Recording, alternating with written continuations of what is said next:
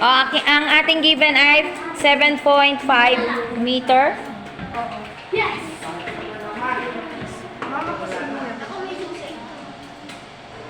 Gets ko na to. 4 times 6, tapos bilangin mo yung sides. Tapos yun. 1, 2, 3, 4, 5, 6. 1, 2, 3, 4, 5, 6. 6 times 4.6. 6 times 4.6. Wait. 6 times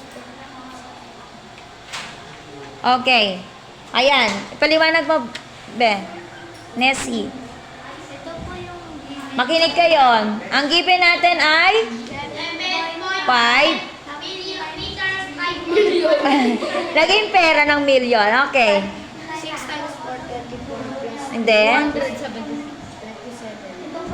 176. sa 2. Very good na tayo.